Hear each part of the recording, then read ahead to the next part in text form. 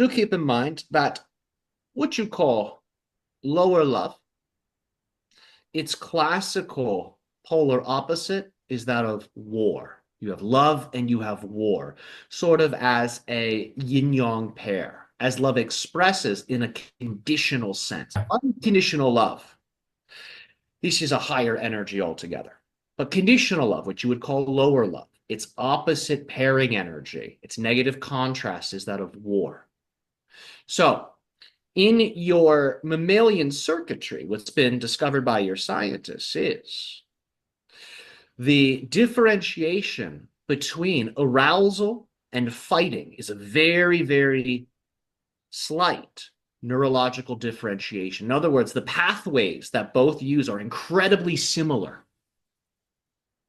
So what this means is the forces of love, if they are lower loves, can flip into their opposites. But what must also be true, that opposite expression of love, which you call fighting, which you call war, that can also be flipped back into love.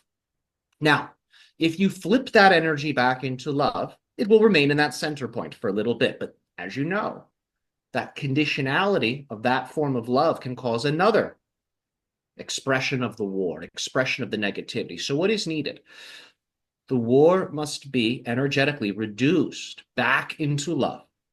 And that love must then be elevated to a higher level. It must be brought into those divine expressions of unconditional love. So this way, the Abrahamic God that is worshipped by these different traditions can truly take its rightful place as the All-Father, the loving, masculine expression of the source that takes care of all of its children. It's a provider in that way.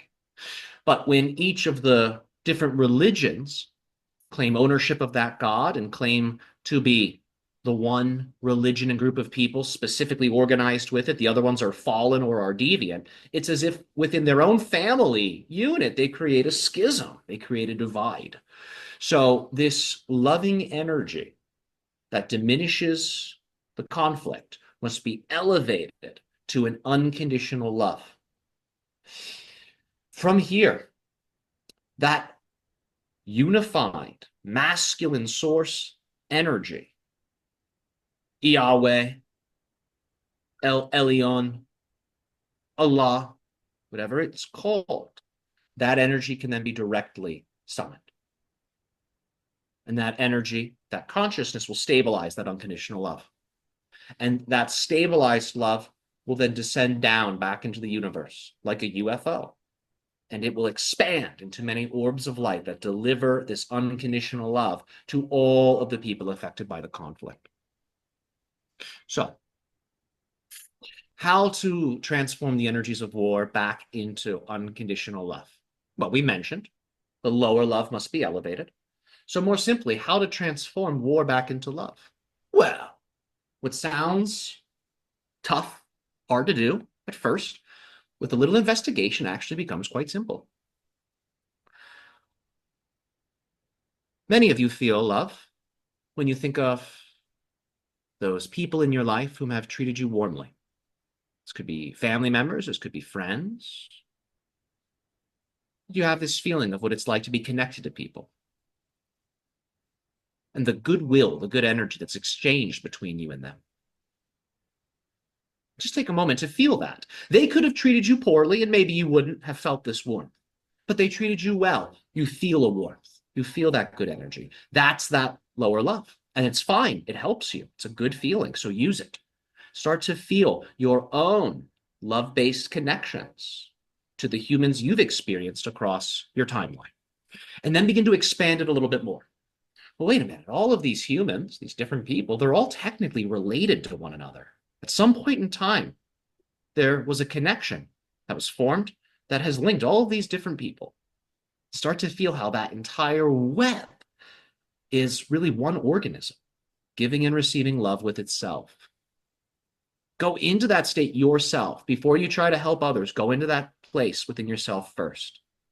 And as you feel that network of collective human love you will start to resonate past those frequencies of conditional love into those higher frequencies of unconditional love. So feel that collective human network and feel how that collective human network is made based upon a divine image. This is known as the Adam Kadmon in the Kabbalistic text. Feel how that collective humanity is made of an image of light that is resonant fully with that unconditional love of the source. And as you start to feel that, then feel the designing principle, the creative principle that brought into existence the Adam Kadmon. And it is here you have gone into the realm of El Elyon, Shangdi, the highest of the creators, which is an infinite level, I remind you. Have that experience in yourself. Feel that unconditional love from the source come down into your life and impact that whole network. Once you're familiar with that process, then you can do it for the people who are a part of this Israel-Gaza war. You can do it for the populations of any location. Just think of the two sides, the two armies, the two populations. And at first feel the conflict, feel the hate, whatever's there, just feel it. Just let it be there. Okay, they hate each other. Okay, they judge each other. Okay, they're scared of each other. Okay. And feel how all that feeds into the fighting. But then begin to feel how on both sides there are people that the individuals care about. On both sides, there are relationships that they hold dear. And on both sides, that dividing line, there are relationships that they hold dear. And start to then energize that. Repeat the same exercise. Feel that good-willed connection, that conditional love, impacting people on both sides of that dividing line. Feel how that expands to the whole world. And then from that super consciousness of humanity, elevate your view up as a visualization. See all of the humans as a big web of life encasing the earth. And then see that network glowing, bring it up into the source. And then from here, work with the original template, and then, of course, that higher creative level. Activate that unconditional love awareness that inspired the creation of such things, and see that light descend back down, spreading through the whole earth, spreading through that network, and then finally back to you. So it is an extensive exercise. You can practice specific parts of it. You can take what you like, leave the rest, or you can practice it verbatim. It's a big practice. It will create big change.